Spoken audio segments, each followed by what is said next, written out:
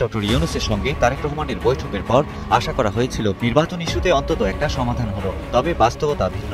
London বৈঠকে নির্বাচন নিয়ে যে সিদ্ধান্ত হয় সে সময় তা নিয়ে কোনো আপত্তি জানায়নি জামায়াত ইসলামী, কিন্তু হঠাৎই শুক্রবার নীলফামারীতে সাংবাদিকদের সঙ্গে আলাপকালে তিনি বলেন দেশে আগে মৌলিক সংস্কার ও সুষ্ঠু পরিবেশ তৈরি করতে হবে, এরপর নির্বাচনের কথা। প্রশ্ন তোলেন এখন দেশের এই পরিস্থিতিতে কিসের নির্বাচন? দেশে মব পরিস্থিতি বিরাজ করছে উল্লেখ করে তিনি অভিযোগ করেন এই অবস্থায় সুষ্ঠু নির্বাচন সম্ভব নয়। রংপুরের মহাসমাবেশে জামাতের আমির ডাক্তার শফিকুর রহমানের একটি বক্তব্যকে ঘিরে নতুন মোড় নিয়েছে দেশের রাজনীতি। তিনি বলেন ভোট নিয়ে ষড়যন্ত্র হচ্ছে, সারা দেশেই এখন লালমনিরহাটের পাটগ্রামের আসামি ছিনতাইয়ের মতো পরিস্থিতি। এমন অবস্থায় ফ্যাসিবাদী আমলের মতো নির্বাচন জামায়াত রুখে দেবে বলে ঘোষণা দেন তিনি।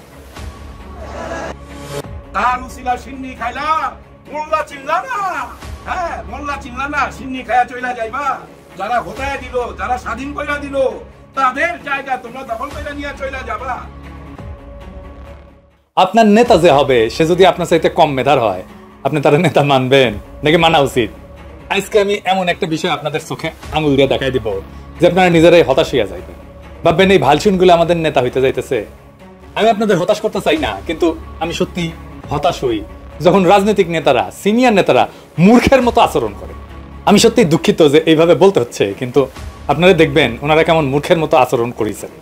আসেন আলাপে আসি। সম্মানিত দর্শক, আসসালামু আলাইকুম। নতুন একটি ভিডিওতে আপনাকে স্বাগতম। প্রিয় দর্শক, বাংলাদেশের বর্তমান রাজনৈতিক অবস্থা, নির্বাচন নিয়ে ফের অনিশ্চয়তা। ফেব্রুয়ারিতে ইলেকশন চায় না জামায়াত, যে কোনো মূল্যে জামায়াতের নির্বাচন রুখে দেওয়ার ঘোষণা, জামায়াতের আমিরের মন্তব্য নিয়ে ব্যাপক তোলপাড়, বিএনপিকে ধুয়ে দিয়ে পিনাকির বানানো ভিডিও ভাইরাল হবার ঘটনা ও প্রেক্ষাপট নিয়ে করা আমাদের আজকের ভিডিওতে অত্যন্ত গুরুত্বপূর্ণ তথ্য শেয়ার করা হয়েছে। দয়া করে ভিডিওটি শুরু থেকে শেষ পর্যন্ত ধৈর্য সহকারে দেখে একটি লাইক দিয়ে সবাইকে বেশি বেশি করে শেয়ার করে দিবেন। সেই সাথে আমাদের ভিডিওটি আপনি বাংলাদেশের কোন জেলায় বসে দেখছেন বা শুনছেন সেটি অবশ্যই কমেন্ট বক্সে কমেন্ট করে জানিয়ে দিতে ভুলবেন না। লন্ডনে প্রধান উপদেষ্টা ডক্টর ইউনূসের সঙ্গে তারেক রহমানের বৈঠকের পর আশা করা হয়েছিল নির্বাচন ইস্যুতে অন্তত একটা সমাধান হলো, তবে বাস্তবতা ভিন্ন। জামায়াত ইসলামী আন্দোলন ও মামুনুল হকের নেতৃত্বাধীন খেলাফত মজলিস সহ কয়েকটি ইসলামপন্থী দল আনুপাতিক প্রতিনিধিত্ব বা পিআর নির্বাচনী ব্যবস্থার দাবি নিয়ে এক ধরনের জোটগতভাবে একটা অবস্থান তুলে ধরতে চাইছে। এর সঙ্গে নুরুল হক নূরের গণ অধিকার পরিষদও রয়েছে। বিশ্লেষকরা বলছেন নির্বাচনের পদ্ধতি বদলানো এবং স্থানীয় সরকার নির্বাচনের দাবির কারণে জাতীয় নির্বাচন নিয়ে আবার অনিশ্চয়তা তৈরি হয়েছে। নির্বাচনকালীন তত্ত্বাবধায়ক সরকার গঠন নিয়েও দলগুলোর ভিন্নমত রয়েছে। বিএনপি চায় সংবিধান ত্রয়োদশ সংশোধনীতে তত্ত্বাবধায়ক সরকারের যে গঠন পদ্ধতি তা ফিরিয়ে আনা হোক, অর্থাৎ সর্বশেষ অবসরপ্রাপ্ত প্রধান বিচারপতি হবেন তত্ত্বাবধায়ক সরকারের প্রধান উপদেষ্টা। তবে দলটি জানিয়েছে বিচার বিভাগকে তত্ত্বাবধায়ক সরকার থেকে দূরে রাখতে কোনো উত্তম প্রস্তাব এলে আলোচনা করবে। জামায়াত ইসলামী জানিয়েছে তারাও চায় তত্ত্বাবধায়ক সরকারের প্রধান হবেন সাবেক প্রধান বিচারপতি। তবে 2006 সালের অভিজ্ঞতার কারণে রাষ্ট্রপতিকে প্রধান উপদেষ্টার দায়িত্বে চায় না দলটি। জামায়াত স্থানীয় নির্বাচনও তত্ত্বাবধায়ক সরকারের অধীনে চায়। এনসিপিও নির্বাচনকালীন সরকার চায়। দলটির প্রস্তাব সংসদের নিম্নকক্ষে সরকারি ও বিরোধী দলের সমন্বয়ে গঠিত 11 সদস্যের কমিটি রাজনৈতিক দলগুলোর কাছ থেকে প্রাপ্ত নাম বিবেচনা করে প্রধান উপদেষ্টা বাছাই করবে। কমিটির 8 সদস্য যে নাম সমর্থন করবেন তিনি হবেন প্রধান উপদেষ্টা। নির্বাচন ব্যবস্থা সংস্কার কমিশন প্রস্তাব করেছিল তত্ত্বাবধায়ক সরকারের মেয়াদ হবে 120 দিন। বিএনপির স্থায়ী কমিটির সদস্য সালাউদ্দিন আহমেদ বলেছেন তত্ত্বাবধায়কের মেয়াদ 90 দিনে সীমাবদ্ধ রাখতে সবাই মোটামুটি একমত।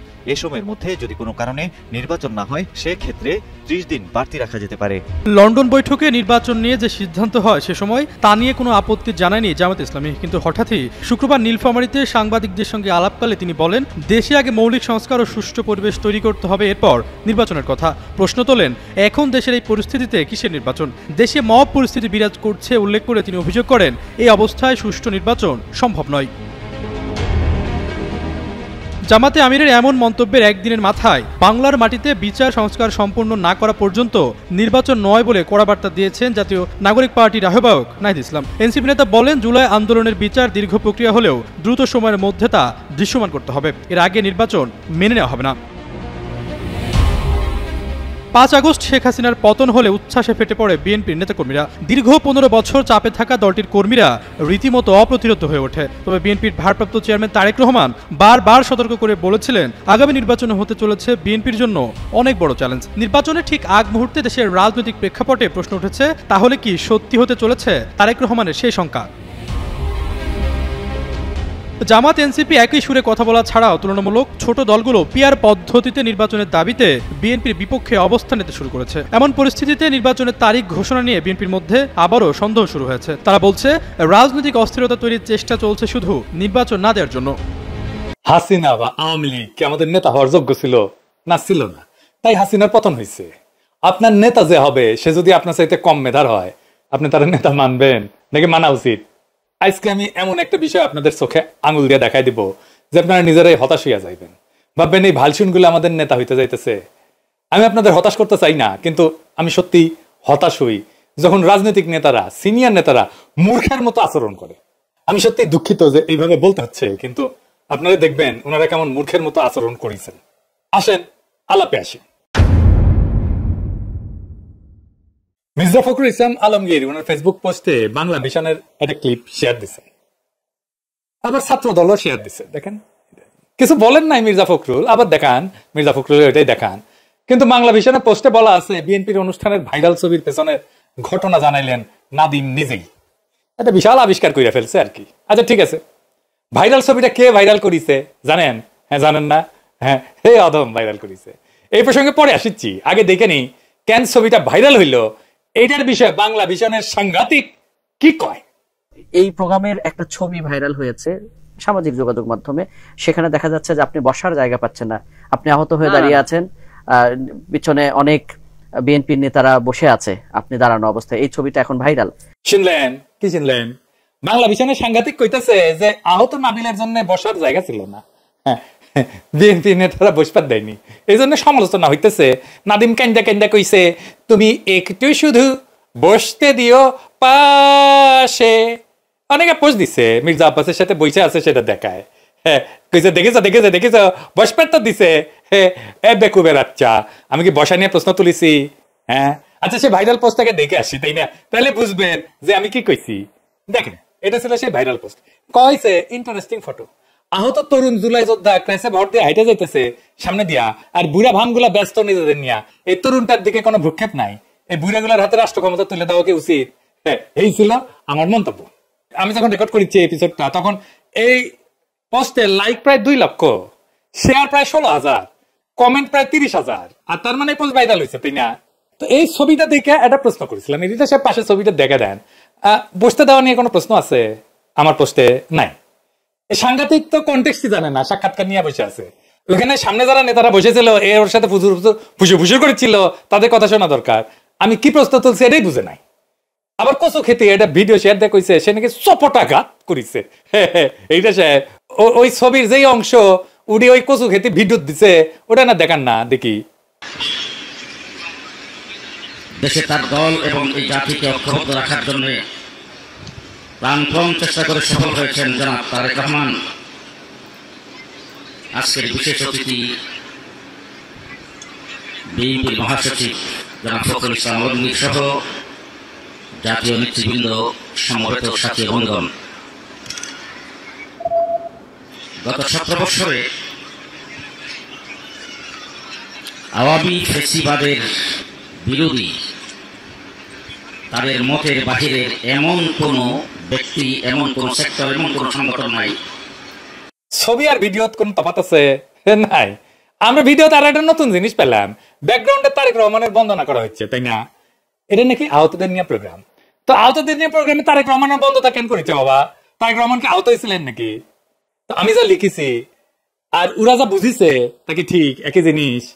এই বুদ্ধি নিয়ে, এই মেধা নিয়ে রাজনীতি করে আলাপ করবার এসেছেন, রাষ্ট্র চালাইবেন আপনারা। হ্যাঁ, আপনারা তো আম কইলে আমরা বুঝবেন। একজনেরও মাথা আসলো না যে এই লোক তো এই কথা কয় নাই, বসাবসি নিয়ে তো কোনো কথা কয় নাই।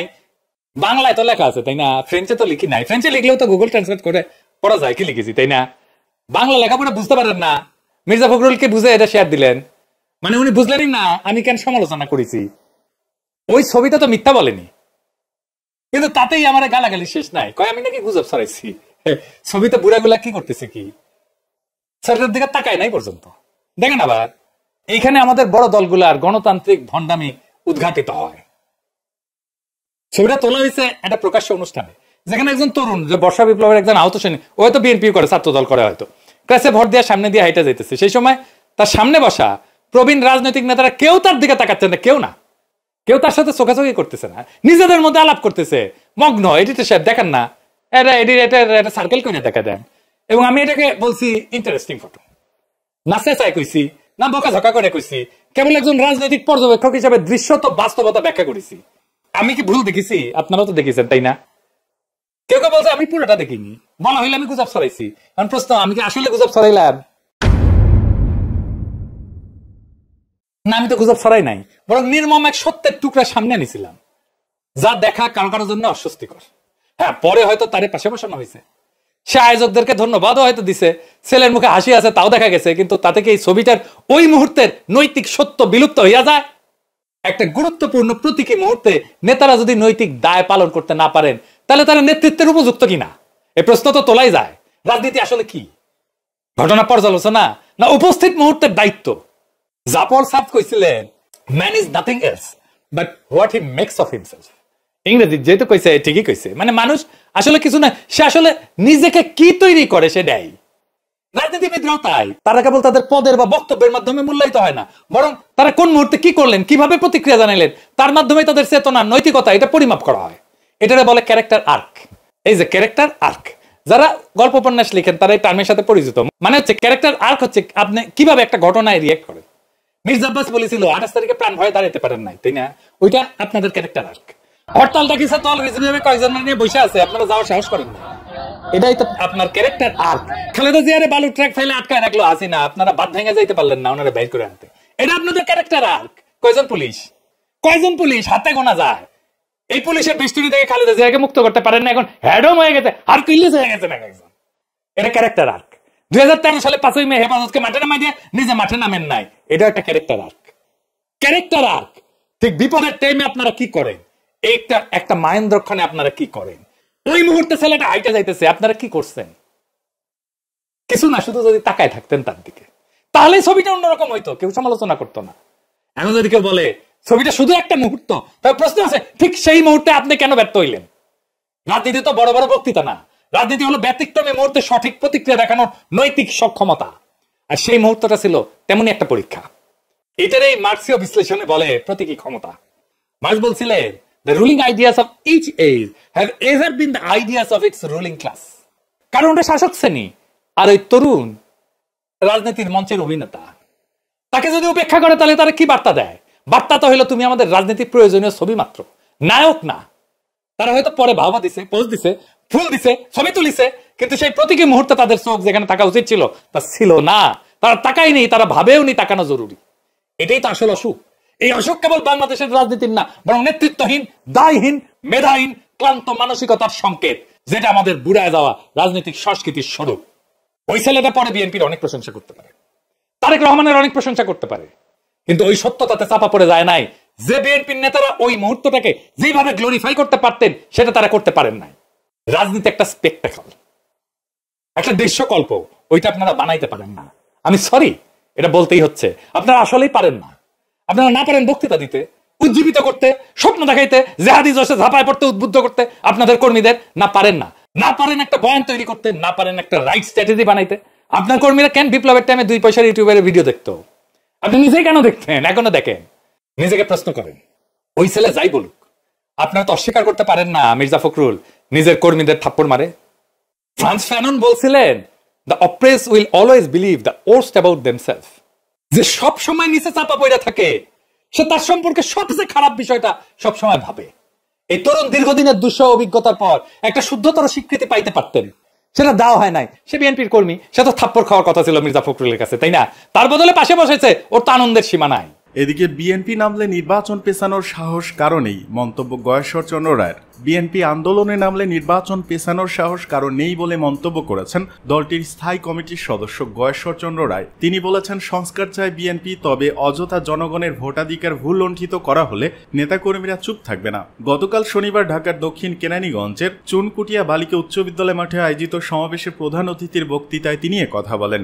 বিএনপি সংস্কার চায়, কুসংস্কার নয় জানিয়ে গয়েশ্বরচন্দ্র রায় বলেন, নির্বাচন নিয়ে যারা চক্রান্ত করছেন, আসুন বিএনপির বিপরীতে 300 আসনে একক প্রার্থী দিয়ে প্রতিদ্বন্দ্বিতা করুন। তিনি বলেন, নির্বাচন নিয়ে ষড়যন্ত্র করে লাভ নেই। বিএনপি যদি মাঠে নামে তবে নির্বাচন পেছানোর সাহস কারো নেই। একই অনুষ্ঠানে বিশেষ অতিথির বক্তৃতায় বিএনপি স্থায়ী কমিটির সদস্য সালাউদ্দিন আহমেদ বলেন, নির্বাচনে প্রার্থী হলে যাদের জামানত বাজেয়াপ্ত হবে তারাই সংখ্যানুপাতিক হারে নির্বাচন চায়। তিনি বলেন, সংস্কার ও বিচারের নামে টালবাহানা করে বিনা ভোটে যারা ক্ষমতা দীর্ঘায়িত করবে তাদের স্বপ্ন দুঃস্বপ্ন থেকে যাবে। নির্বাচনের জন্য যেসব সংস্কার প্রয়োজন তা করে নির্বাচন দিন। গণতন্ত্রের জন্য প্রয়োজনে আবারও সংগ্রাম হবে।